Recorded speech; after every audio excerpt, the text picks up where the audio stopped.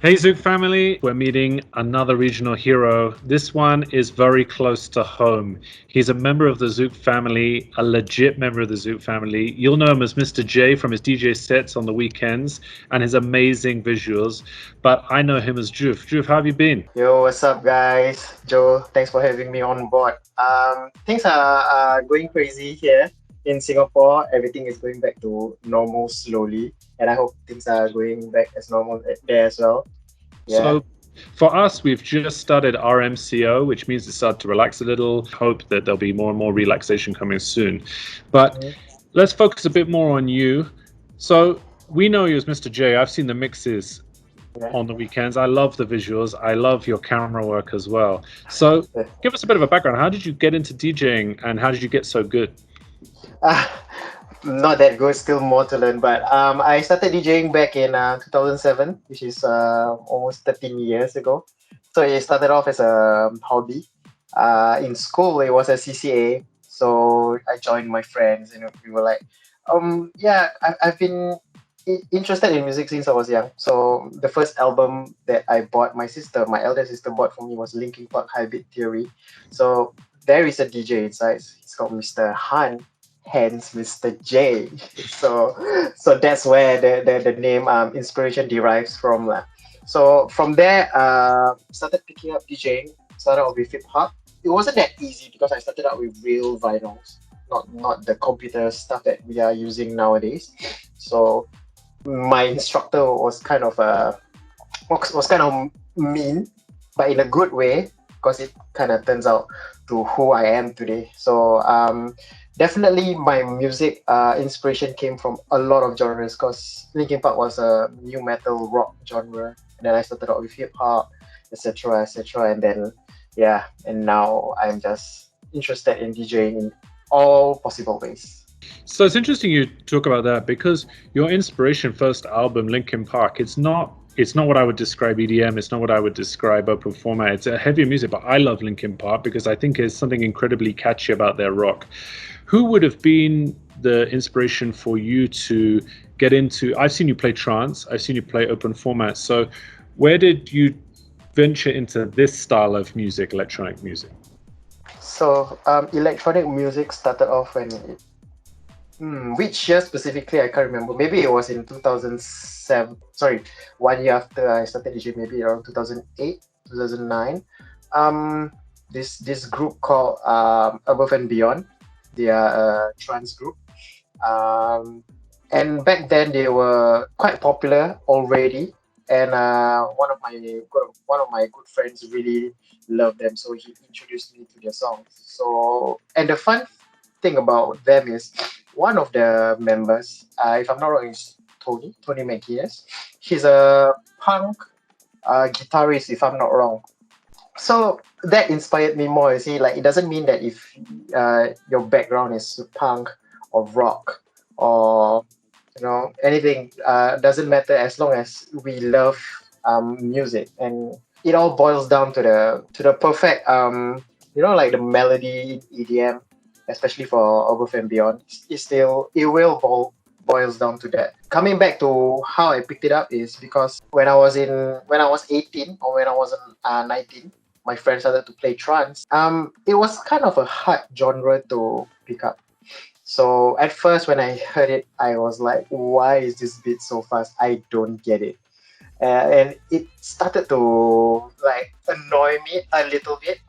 Sorry, trans fans out there, but uh, I was trying to understand it even more and more. So as time goes by, it just got to me, like the build up, the melody, and specifically for trance, and especially Joe, the one that gets to us the most is the emotional strings or melodies. But the ultimate tier for trance music is if it has vocals on it. So vocal trance always gets to me. Yeah. So that's how I, you know, dive into trance. And if you were to ask me now, if you were to ask me to rank my top genres, trance is definitely one of them. Yeah. It's amazing you say that. I think you say something that's so true. If you look at electronic music, some of the best came from rock originality. You look at Depeche Mode, probably the Mm, godfathers of electronic music, managed to yeah, do that crossover from instruments to electronic music. And then I totally agree with you. When I hear Adagio and strings, when I hear Robert Miles' Children, it's impossible yes. not to get goosebumps. So I totally agree with you on that front. But Truth, I know this about you. You have many skills, and you're actually in the Zook Singapore team. You're the key video content curator. How did you end up falling into that? So it's still boils down to Zook. I've been freelancing for Zook Singapore back when we were at Jakim. I believe it was the year 2015, 2016. Can't remember the year, but I was working very closely with Leonard. He helped me get a lot of video gigs there. So professionally, I studied digital media in school. So with my background in nightlife, I think it works both ways, and it was easier. So me and Leonard form a team. So we create like a channel, a YouTube channel, or I can say it's a video group. We do interview international DJs, do event recaps, music videos, mostly music related, music and lifestyle related, especially. So so I was lucky enough to join Zook as a video content producer 2 years ago, in 2018, and also very lucky enough to be given the opportunity to DJ from time to time, because during this period, 2017, before I joined Zook, I joined this DJ battle, Future DJ battle, which I got a second runner up. It's considered one of the most prestigious DJ battle in Singapore. That was I think led by Andrew Chow way back then. So it was on hiatus for a few years, and Leonard brought it back. So I joined it. So lucky enough, I got second runner up, and then last year, the most prestigious DJ battle in the world came to Singapore. It's called Red Bull Freestyle. So I managed to join, and I'm one of the top five finalists. So yeah. Hey, many, many congratulations. And the fact that you did so well is our benefit because we get to enjoy your music now. So congratulations, and it's great for us. Let me ask you Thank you. this.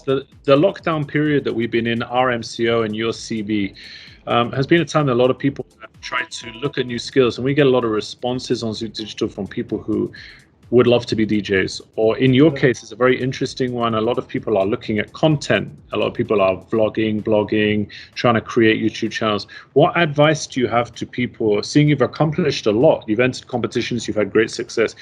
If you were looking at getting into the DJing and starting somewhere, and secondly, if you're looking at it from a video content, which I think is something that every brand, even every individual in the world, is trying to do now through their Instagram or Facebook, what advice do you have to people who are looking to take this up for the first time? So, if you were to piece being DJing and do a video content together, it might be a difficult start because it's both different skills. But maybe I touch on the topic individually. So, if you wanna during this lockdown, if you wanna create content for example, for whatever that you do, maybe one example is a food-based business. Okay, it's not that difficult to. Everyone has their phone now, and it's all they are in good quality. Their cameras are in good quality. My number one key is to make it as creative as possible. Doesn't mean that you need to do a storyboard of your content. For example, you're selling cookies, but as long as if you are doing a video, as long as you're doing it beautifully and not like like dark or too bright, or all of this can be Google. Can take it on a nice angle, put it on your socials, and curate a very nice line for that cookie. And most importantly, I think having it in video as well, because I think during this lockdown for all of the countries, we now understand how important video is, right? I think videos connecting us more to the content itself than pictures or words can do.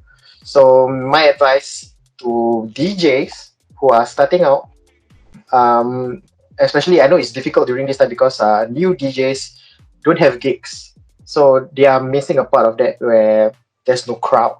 Okay, I think there's only one thing that we can take from this is we need to sacrifice that part because there are no crowds. And it's honestly, if you ask me, it's really difficult not having a crowd, because DJs play with human interactions more than being at home. You yes, you can read comments, yes, you can interact with people online, but it's not the same. So my advice is for upcoming DJs or for any musicians out there, not to be disheartened. Just do what you do. Think this is the best period to be creative with yourself, create more music, create more mixes, find something that you uh, find something new that you haven't already known or haven't already loved. So I will stress on it again. Doing video during spirit is important. So for musicians, pick up that skill, post it online, and I'm pretty sure that people will appreciate you more than ever now. Hey, that's sound advice and fantastic. And I think you're right. I think 74% of content that's shared online now is video. It's phenomenally important because, and I've noticed even now videos with subtitles so people can watch them on public transport and they don't have to have the sound. And it's just like the movement of what historically was just news channels, then it became series, then it became films, then it became Netflix. And now everyone seems to condense. I know that our after movies, when we do a DJ gig, sell the event much more than just a static photo. So that's great advice. I have to ask you this question because this is what I asked Shay Molly as well. Okay, what are your 3 must-go-to trance tracks when you're going to play a set? What are the 3 bangers you have to play? Oh my god, that took me by surprise. I really that's a good question. I love that question. So my 3 go-to tracks that I have played. Okay. Ocean Lab. Sorry, Above and Beyond presents Ocean Lab. The song title is Satellite Above and Beyond Club Mix. Oh my god, I forgot to tell you that this was the first trance song that I fell in love with. So the previous Zoop digital episode, I think 3 out of like the rest of my Zoop digital episodes, I played this song. So all 3 times. So I really, really love that song. And I was lucky enough to have been able to catch Above and Beyond live acoustic in Sydney Opera House back in 2015. Not everyone in the world managed to experience that, so I'm quite lucky. That was very special. Yeah, so that is one. Romelia by Ram and Susanna. The backstory for this is I was in a state of trance KL 2014, and I heard this song live. Played it, and it got very emotional. So the people around me started crying, and I started to feel, misty as well. So and then my friend was beside me. He was telling me about the story about Romelia. Apparently, Romelia is Ram's wife who passed away due to some complication, if I'm not wrong. And this song was made for her, and it was a very, very sad song. So Romelia is next. The last one. Okay, why not I ask you back before I think of mine? Okay, for you, if you like vocal trance, there's a track that I remember from the very first In Search of Sunrise that I ever bought called In Your Loving Arms by Kate Overton. That's a big tune for me. Hope by Above and Beyond, I'm a big fan of.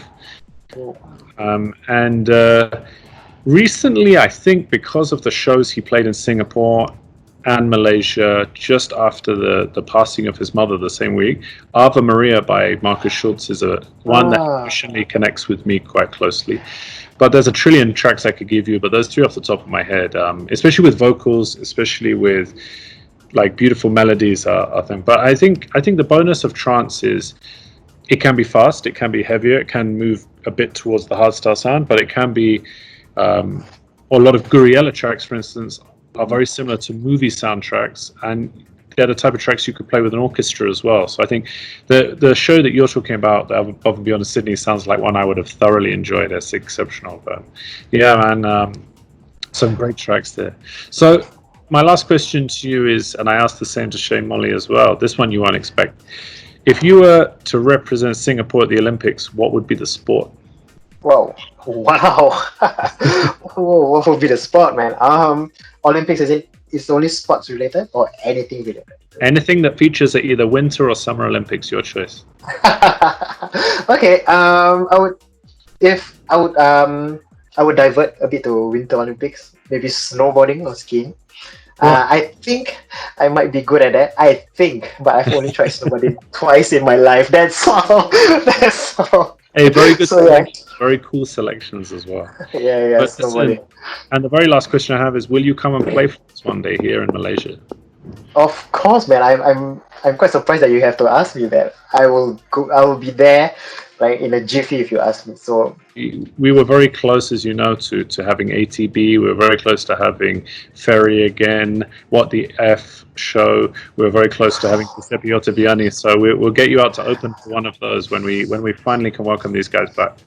oh my god, that sounds like a dream for me, and I'm really like I will really be the happiest man in the world if that happens. Well, we'll make it happen. Don't worry, my friend. But listen, Juve, Mr. J, thank you so much for your time. We really appreciate it. We can't wait for your mix, and we can't wait for you to come and spin here soon. Mm. All right. Thank you for having me, and I think I haven't answered the other track. So I would say it's Armin van Buuren, "Burn with Desire." Sorry, I had a lot of thinking about it. A phenomenal track and a perfect finish. Yeah. Thank you, Yeah. Jay. It's been a pleasure. Thank you. We'll speak to you soon. Thanks, Joe. Take care. All right.